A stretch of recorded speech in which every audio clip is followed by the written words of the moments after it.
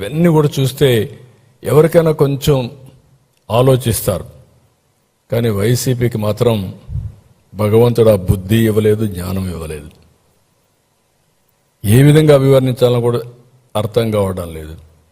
ఇంకా విషయాన్ని దిమ్ముతున్నారు, అహంకారాన్ని ప్రదర్శిస్తున్నారు. పార్లమెంట్లో 2 సభల్లో చట్టబద్ధత దక్కితే తట్టుకోలేకపోతున్నారు.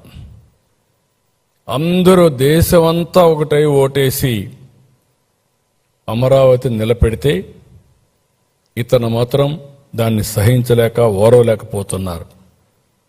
ఇప్పుడు కొత్తగా అసెంబ్లీకి పార్లమెంటుకి హక్కే లేదంటున్నారు. ఎక్కడ కూర్చుంటే అక్కడే రాజధాని అంటారు. ఈ తిక్కకు పరిష్కారం ఏంటో నాకైతే అర్థం కాల. ఈ తిక్కనాలనా ఏమనాలి, ఏంటిది, దీని పరిష్కారం ఏంటి? సాక్షాత్తు పార్లమెంటు ఒక చట్టాన్ని చేస్తే చట్టాన్ని అమలు చేయవలసిన రాజకీయ పార్టీలు